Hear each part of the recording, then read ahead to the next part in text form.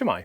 Today I'm out on a bit of a walk and we're just heading up quite an overgrown track by here, and we're going to have a look at, in fact there's one there, this plant here. You can see it towers over me here, and this is a willow herb, and we're going to look at Rosebay Willowherb, and there's more as we go through here. On willow herbs, there's lots and lots of different types of willow herbs, and some are tall, some are small, some have got different flowers, some have got similar flowers, but we're going to have a look at this one here. Now this is Rosebay Willowherb. It's Helaglis hardd in Welsh, and in Latin it goes by three names that are all the same, really, all interchangeable. The first one is really difficult to say, and it's Chamaenerion augustifolium.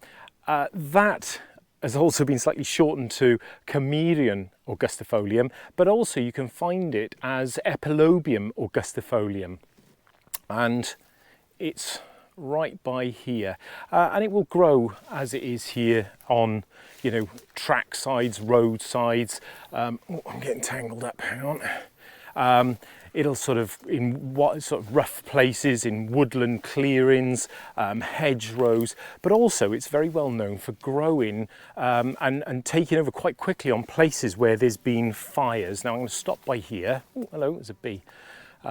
Because there's a nice patch of it in flower by here, and we'll take a closer look at this bit now. Willowherb, I mean, the name Willowherb comes from the fact that the leaves, as you can see there, are sort of the same shape and look very, very similar to the willow tree leaves. And as you can see just by the ones in front of me, they can grow really tall, up to about 250 centimetres, 2.5 metres tall, and they're a perennial plant, and they'll form, as you can see here, these wide colonies, and the roots will spread quite quickly underground and send up these strong, tall plants, which are quite often shade out, as you can see here, the other plants around them. And as you can see, it does shade it out because they are so dense. Okay, so this is probably a good example of how the leaves alternate, and they've got this lanceolate sort of willow shaped leaf, and how they alternate coming up the stem like that, like a little ladder going up, I guess.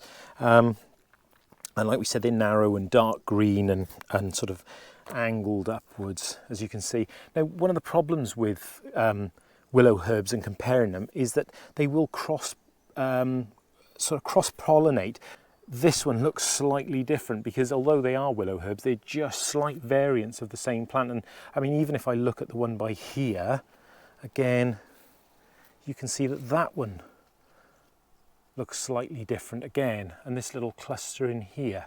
And the flowers, it flowers sort of between June and September. Now we're late August, so the flowers will flower up the stem until they get to the top, and you can see on these that actually we're right at the tip, and the reason that we're doing it now is because once they've flowered it becomes something a little bit more special. The flowers are beautiful and they're great for pollinators, they're a good source of nectar, and the flowers appear on these, it's probably better to call it like a flower spike, so it's a long tall spike and these flowers will appear on them, and they're about 20, you look carefully there, they're about 20 to 30 millimetres across, and they're this lovely pinkish purple colour with 4 petals and then 4 stigma in the middle there. But it's when it turns into the seeds that it really is special. Now, I'm not going to show you the seeds just yet because it's a little bit further up there where it really is amazing. So just looking at the other bits and pieces, now these, we've said it's a great for pollinators and it'll attract bees. But one of the best things with willow herbs is that they're really well known for being a host to lots of different moths. Now recently I've found quite a few elephant hawk moth caterpillars on them, which are amazing. I mean, they're really big. They're about the size of my little finger there. And I guess called elephant hawk moths because they got like a little trunk at the end that sort of wiggles around when they're eating. And also not just the elephant hawk moth, but the striped hawk moth too. Now, as we've said, there's lots of different types of willow herb, which all look similar, and they, you know, when you start looking at the detail of them, the flowers and the leaves and the sizes of them, they do alter and they do change, but they generally look quite similar, and they have very similar characteristics, like the flowers and the seeds and things.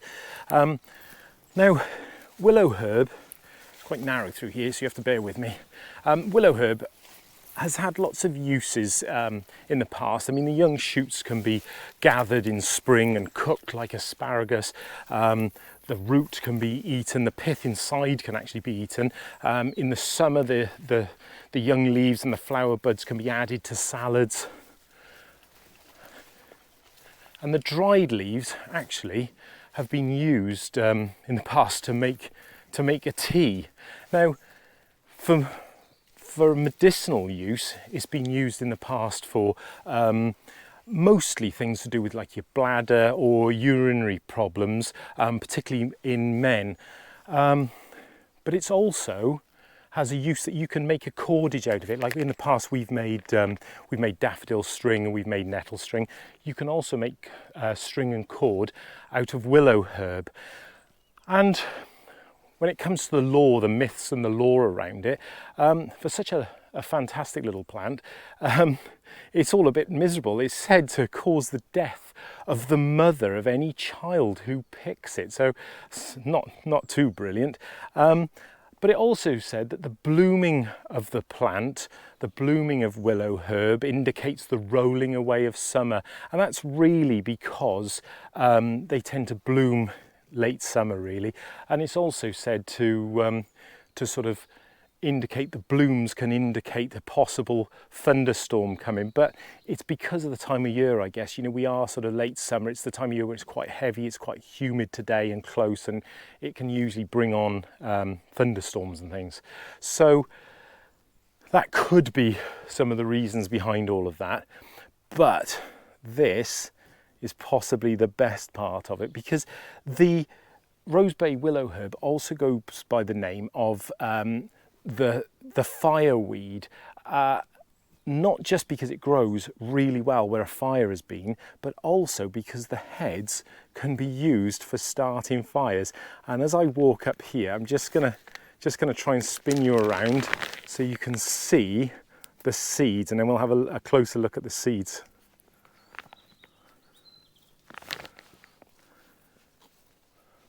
How cool is that?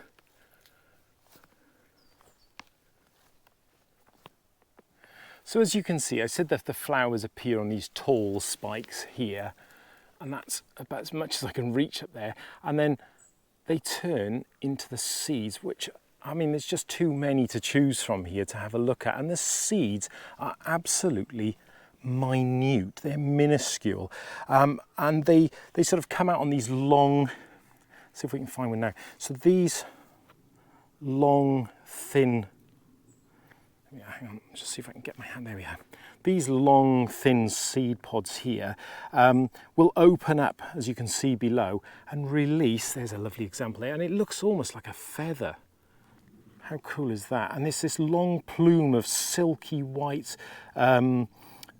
sort of feathery hairs, and you can see the way they're even sticking to my hand and everything. And obviously they're wind dispersed. And when I walked down here previously, the wind had just gusted and the sun was out, and it looked absolutely amazing. My kids were saying that it was all the fairies in the air. It was absolutely fantastic. And these tall, you can see here, erect seed pods like that will split down the length like that. You can just see that one. Just look at it. Oh, there it goes. It's opening up. So that will split open, as you can see there, and release those tiny little seeds. They're even sticking on my hat now. Look at that, look at that. And each plant can produce, and you can imagine it looking at this, up to 80,000 seeds. Now, we said that they grow really well where there's been fire, and part of the reason is because fire can actually help these seeds to start to germinate. Now the sun has just come out and I'm absolutely desperate for a gust of wind because it's amazing to see. I mean, I'm tempted to go and give them a little shake just so you can see them against the wind. Like, it is just amazing to see how many of these will sort of take off into the sky.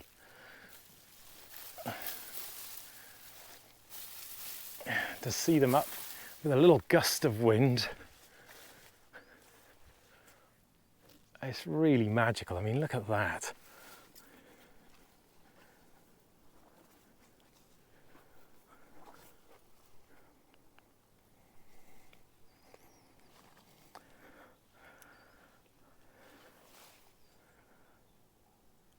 It's absolutely amazing. Like I say, there could be, on all of those plants, hundreds of thousands of seeds, all with the potential of making a new plant. It's just amazing.